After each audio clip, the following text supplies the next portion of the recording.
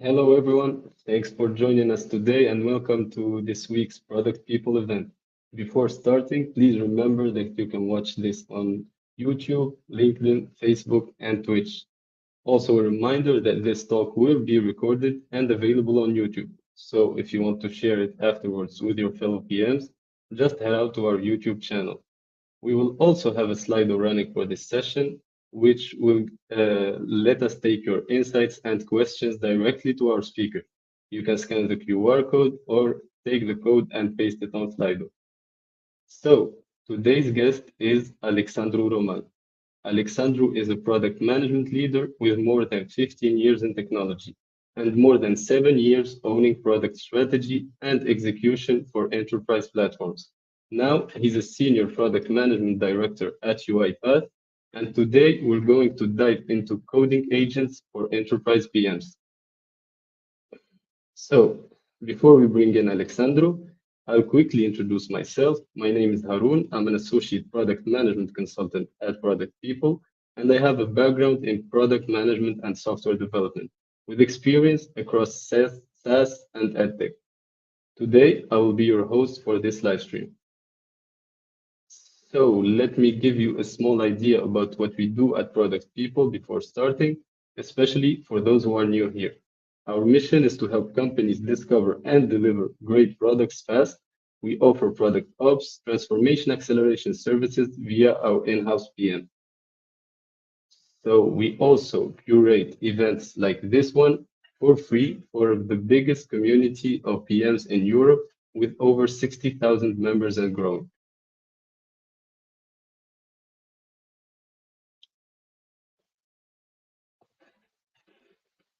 So before starting, let's get to know you better through this question. You can open Slido and enter the number you see on the screen, or you can scan the QR code and let us know your thoughts. For the ones watching on other platforms, please feel free to share the answers in the comments. Today's question is, how are you currently using coding agents in your product work? A, I haven't started yet. B, for research, writing, and documentation. C, for prototyping and experimentation. And D, as part of my day-to-day product workflow. So let's give it a few seconds to wait for the answers.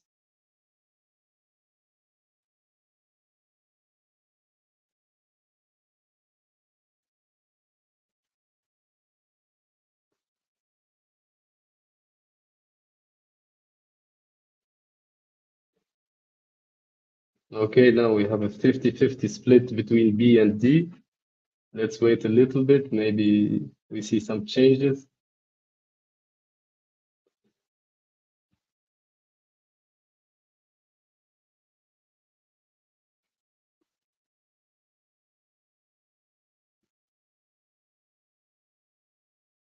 Okay, interesting. We have B, the winner, with a 67% chance. Nice.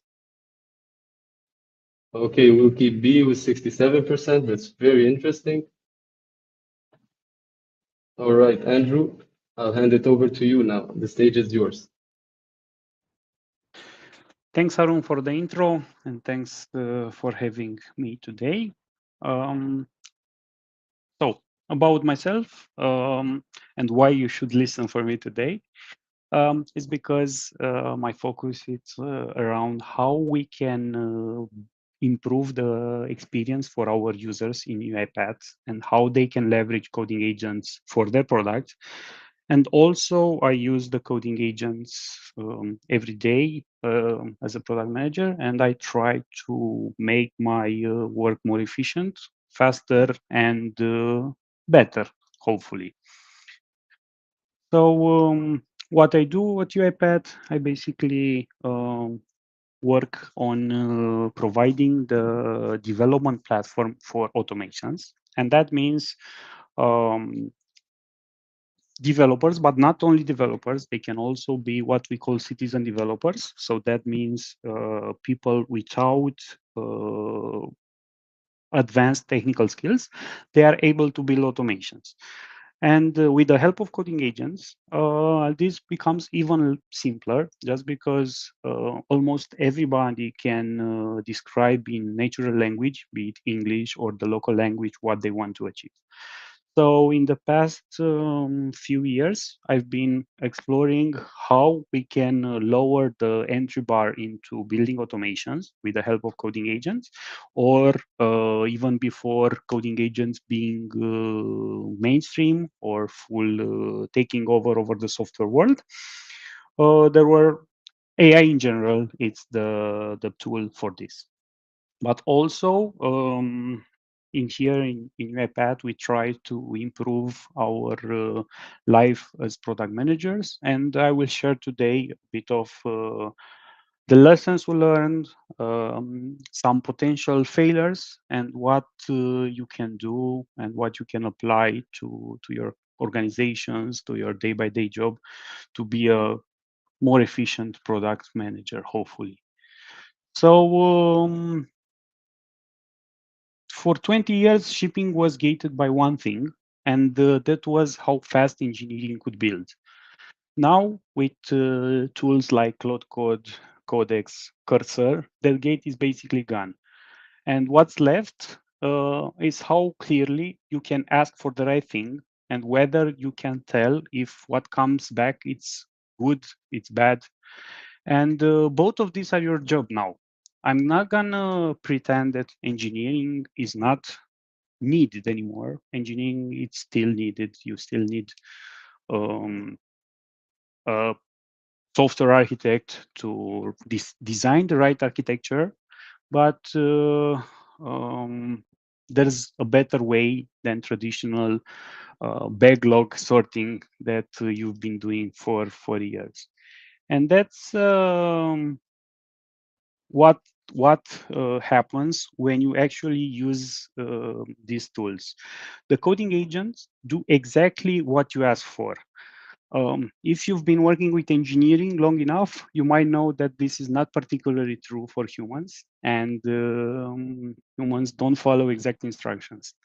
And that can be a good thing because coding agents, when they follow your exact instructions and you provide them fuzzy as, or you ask for something vague, you get a vague output. So that there's a gap between what you write and what you mean.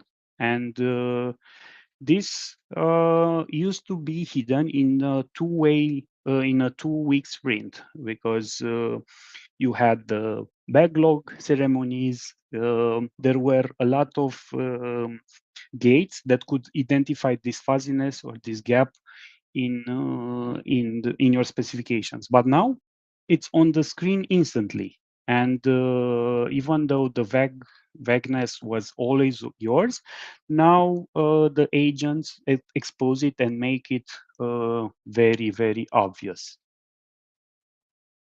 So the work moved a bit. It didn't shrink, it just moved. So the part that used to fill the week, writing things down clearly enough for a team to build, mostly evaporated. And the part everyone used to rush at the very end, deciding what's actually worth building and whatever came back, it's any good. This is the entire job.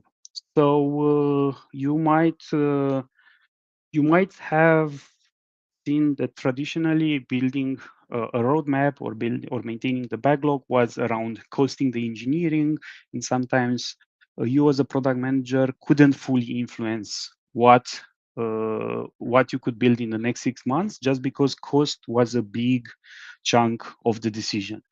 But with the help of these coding agents that can help you build faster, the job is about identifying the right thing to build, and how to do that.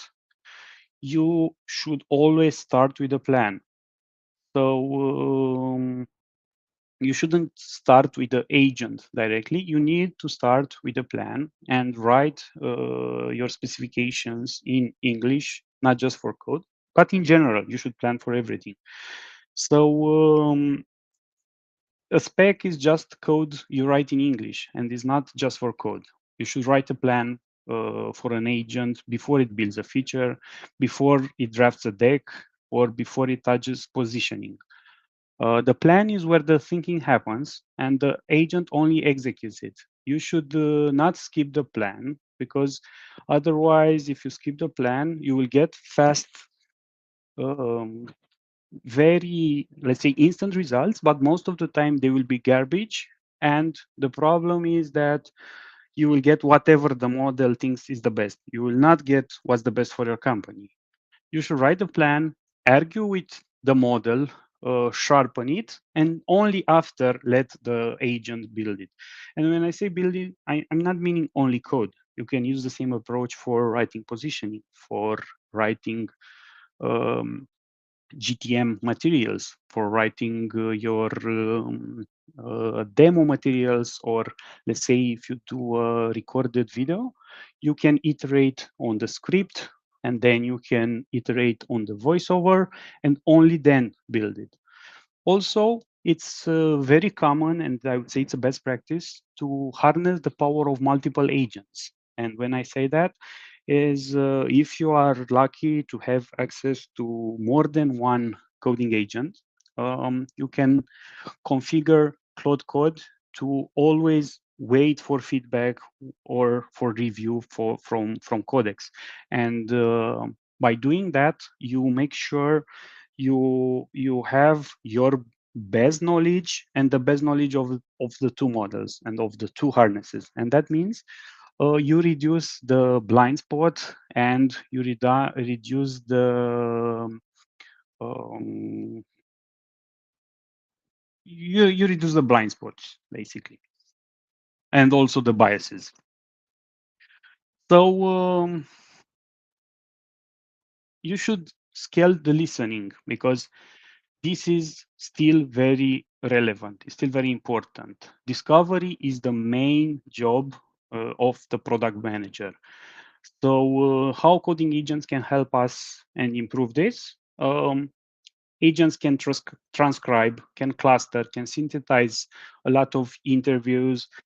They can follow Slack channels, they can follow Teams conversations, or if you're lucky enough and your customers post publicly on platforms like Reddit, public forums, etc., you can use coding agent today and in a day to summarize, clusterize, and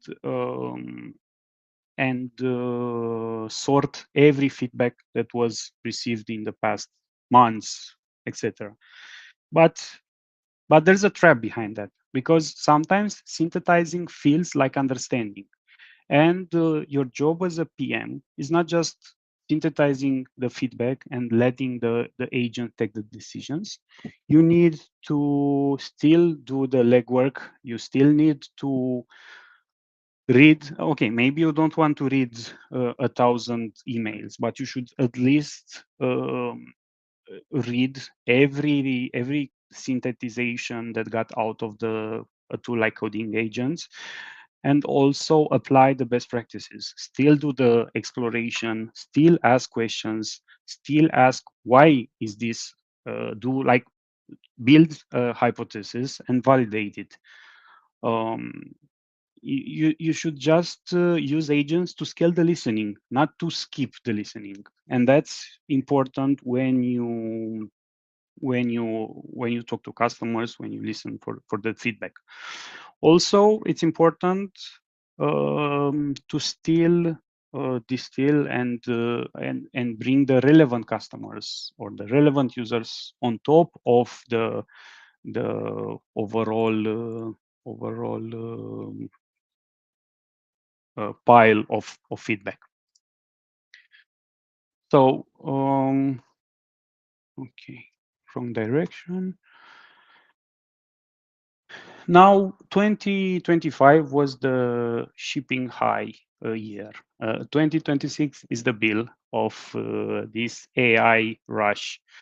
This is the other side of AI, because everybody shipped AI features, and now We need to look what's the outcome of that, what's the output. So all the numbers you are see here are real public documented incidents. For example, Amazon lost 6 million orders in a single outage with Claude Code. Other incidents talk about 2.5 years of production data being wiped by an agent, or a lot of security vulnerabilities went into or have been generated by AI written code. Or another popular one, you might be familiar with Claude, and they got to leak over 1 million API keys just because this was a vibe coded application. So you might ask, what's the catch then? Why should we use AI? So the tool didn't fail. That's important to think about. That the review is the culprit, because at least in this year, next probably 1-2 years, we still need people to review what the agents do. So imagine this production code. It was very easy to measure the impact of people not reviewing properly, but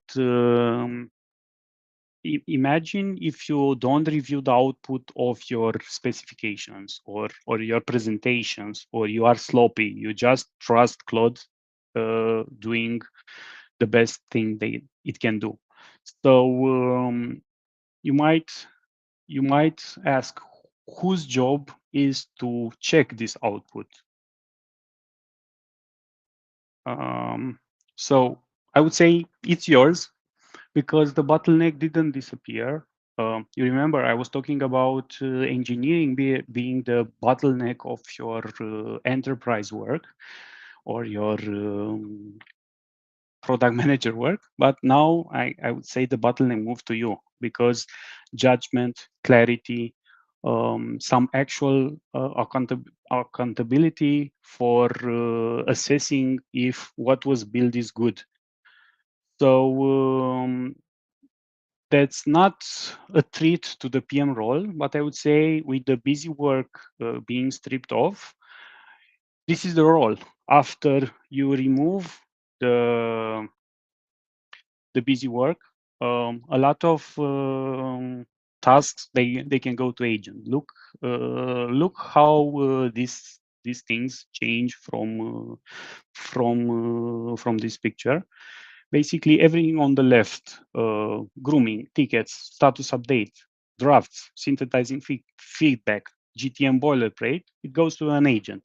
And I want to highlight that this is not just theory. This is what we are applying, and this is where we want to be at the end of the, let's say, AI exercise, even though this is just a footprint, or this is just a timestamp with what AI can do today and what humans, what PMs are comfortable to hand over to agents. So it's very likely if we meet again in 6 months, 1 year, a lot of the things from the right side will move to the left side. So what it remains today is that PMs still need to decide what matters, to taste, to know what's worth building, to get people aligned, because if you've been in product management for long enough, you might have encountered situations where, even though everybody agrees this is the right thing to build, you have too many opinions in the room, people thinking differently, which in general it's a good thing. But when you need to align too many people, it's hard. And I don't think that there's an AI agent that can do that today. And finally, my favorite job for a product manager is saying no.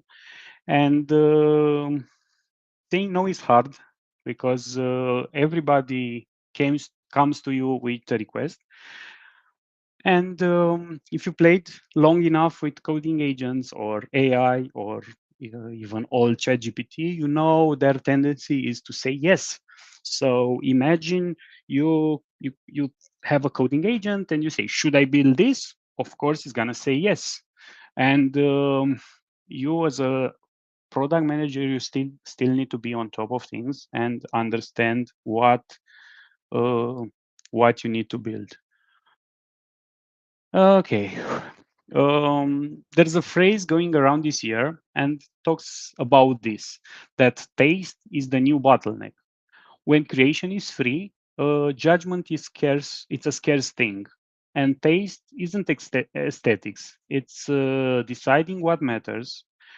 And also the restraint not to ship everything the model can produce. Remember about the job of saying no.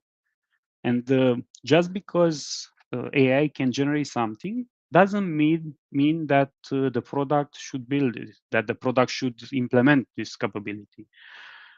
So someone should make a call. Also, it's very important to decide what is good enough and how do you know. So this is even more important than it used to be.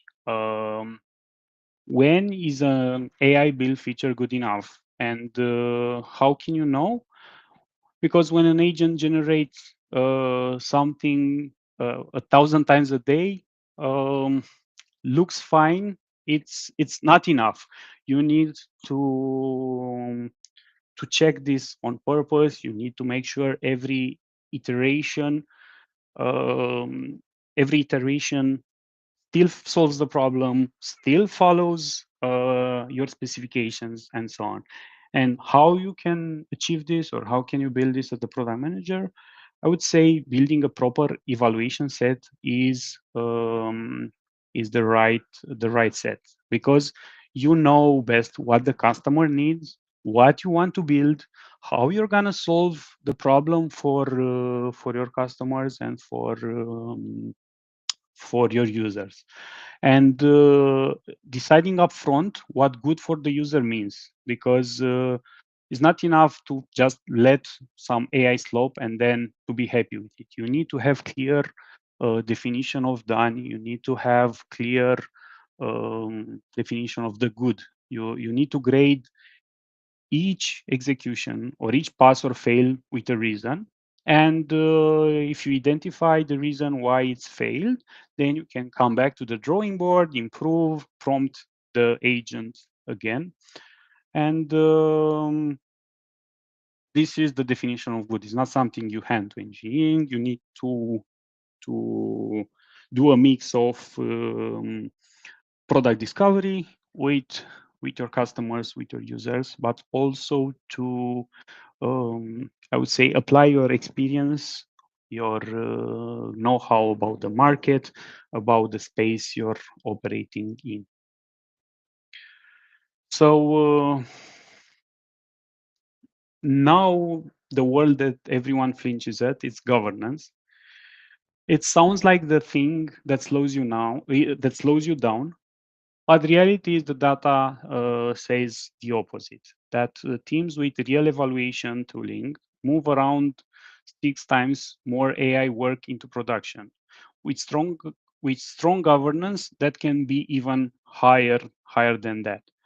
So governance is not the break, it's the thing you design. And in enterprise is the only way you can have um, a fast loop between idea and production. So before an agent touching or making changes, there are 3 checks you can do. Who approved this change? You also should answer what can this agent change, and also can I review the change? Can I undo the change? So it's very important that you identify the customers that are critical, and maybe you can't afford today an agent to make a mistake with them. Of course, in general, you shouldn't do mistakes with customers or for your customers, but some customers are more forgiveful than others, and I suggest you decide based on things like this, how much you can experiment and so on.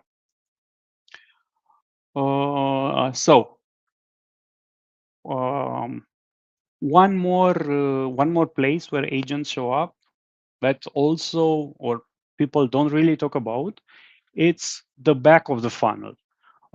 Launch posts, landing copy, demos, conference talks, competitive tear downs. PMs do a lot of this, and agents are great at the first draft of all of them. The catch is that the default output is generic slope, which brings us to the next to the next step. So basically, the agent should hand you by default. You can see an example on the screen that typically an agent will do a first draft, not a great version, but from there you can iterate. You can use the ideas. You can ask for some more examples. Maybe you ask a coding agent, like, give me a list of 10 ideas for this new feature I'm developing to build a fancy demo. And then you can iterate, and together with the agent, you can decide which is the best one to pick. And I would say this is part of the PM job. So nobody rebuilds their workflows, their way of working from a conference talk or from a podcast or a session like this one. So we can start with small things. You can pick some exercises from this list. If you're skeptical, just do the first iteration or the first item on the list. Feed an agent with a PRD that you are not proud of, and see where it guesses and if it fills your spec, your specification gaps. And at the end of the day, the PRD is still yours, but the agent helped you to build a better version. So if you've seen a lot of AI slope, what is AI slope? If you ask me, it's something that superficially looks good. It was built by AI. It has a lot of nice words. It has a lot of content, but there's no, let's say, meat behind it, or there's no value. And the best way to protect against AI slope is to build the evals and to have the right eval set. If you drone in feedback, do the interview one. If you don't believe me, as I said, start with the PRD, and from there you can see that sky is the limit. Okay, back to the bottlenecks. So bottlenecks used to be building the thing. Now it's knowing what's worth building. And the agents don't replace the product manager, but they removed and they deleted every excuse the PM had. Okay, that's it from my side. Happy to take some questions. Okay, thanks a lot, Alexandru. That was extremely insightful. So thank you, all of you, for joining us today too. We're going to begin our Q&A session now. So please feel free to join us on Slido and drop your questions there, or also you can drop them in chat and on the comments.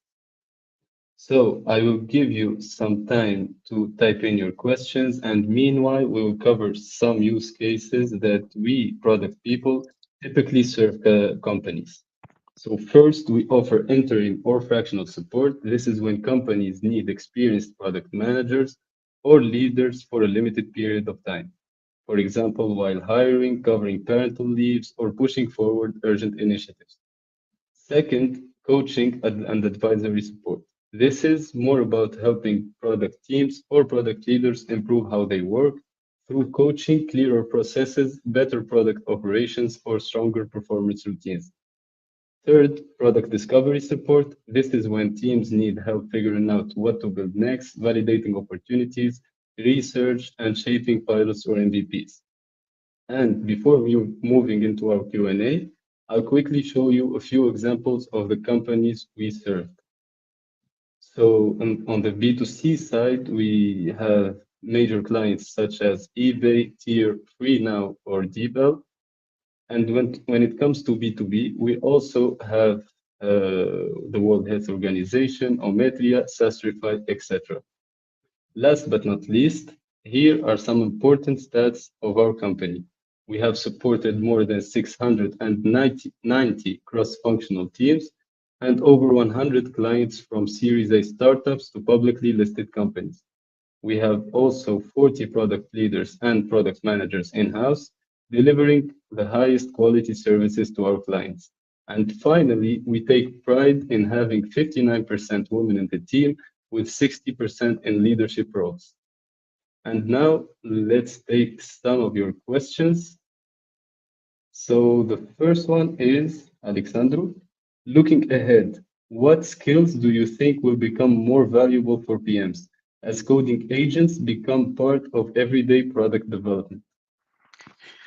Yeah, that's a question I hear almost every day from people in my team or PMs that they just started. So I do think that the same skills that were making a PM a good PM years ago, they still apply. You still need to be you still need to listen to your customers. You still need to do your discovery well.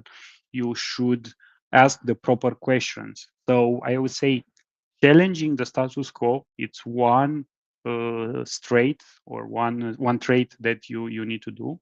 Another one is to be empathic, to really understand your customer and to solve for the problem, not just for the checkboxes. Because I've seen PMs who strive to do what the competition is doing or to do what the analysts are recommending, while in reality, if you understand your customer, you understand their problems and ask the right questions, and then you challenge an AI agent about what it can build, you will build the best product for your company and for your customers.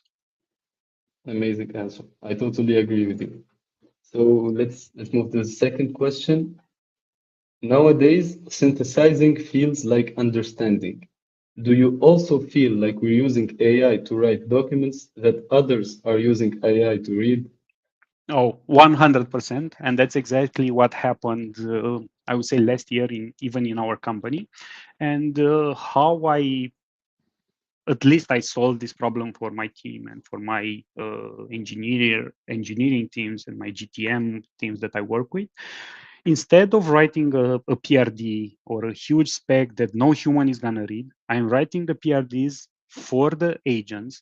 And then I just maybe create the PR or I create a Jira that I hand over to engineering, which is a condensed and is just what I'm actually looking for. Because reality is they don't care about all the business reasons, all the metrics at that point. They just need to implement. So one thing you can do is write a clear spec for an agent that is different than writing a clear spec for a human. Pass the right artifacts to the engineer. When you talk to GTM, to salespeople, it helps them if you can, instead of writing a spec, if you can provide a presentation, a positioning deck or a demo that they can take and share it with a customer. So to say the same thing in less words, just try to deliver what you need and people will be happy more than you writing a 100-page PRD hard to read Yeah, with AI. totally agree with you. We have on the same note, a related question, let's say. So, how should PRDs and product specs evolve when they're no longer just communication tools, but inputs for AI agents? Perfect. Yeah, so as I said, PRDs become the main plan or the main specifications for a tool like Claude Code or Codex to build your product or your capability, your feature. And what I've seen working is use Markdown over Confluence, over PowerPoint, or other tools that people use for writing PRDs. So Markdown, it's clean, it's easy to use, and try to be very specific because you shouldn't leave room for interpretations. Before reaching the final step, engage in a conversation with the agent. Ask about what is the best technology to achieve this job. What is the I don't know, how do others solve this problem in that space? Maybe you can find some good inspiration from a recent startup pitch and things like this. So extend the discovery, do more discovery, and then implement everything you learn in the PRD and make sure that the PRD is clear and doesn't have room for interpretation. Yes, I totally agree with you, especially on the interpretation part. So now for the next question. You said that some of the PM responsibilities of today will move to agents AI in the near future. So what's left for PMs to do? So I think I touched this a bit also on the slide, but I do I talked about taste, about deciding what to build, and talking with customer, engaging with in conversations, in problem discovery.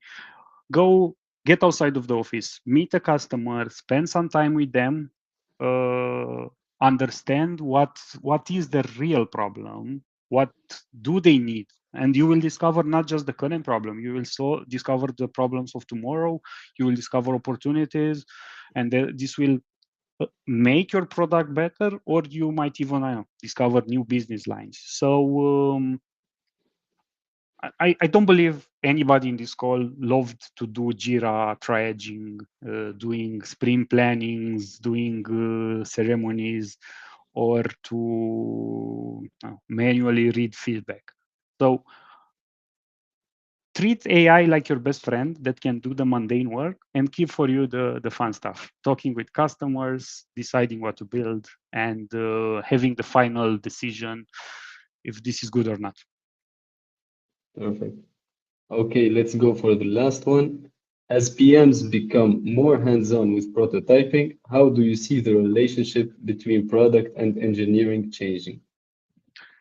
Yeah, it's gonna be still heated. I don't think product and engineering will be the best friends ever, um, because you need someone to challenge you. And I still enjoy when my engineers tell me, "Hey, the PR you created is crap. I need to rewrite it and re-implement it." And I'm saying, my job here is to define how it should work. It's your job to take care of the architecture, to take care of the code to being readable, to being maintainable. So I think prototyping is one thing. It might work, and you might be able to ship just with prototypes in early startups or in discovery mode, where you have new products that still need to find the market fit or to find the proper users.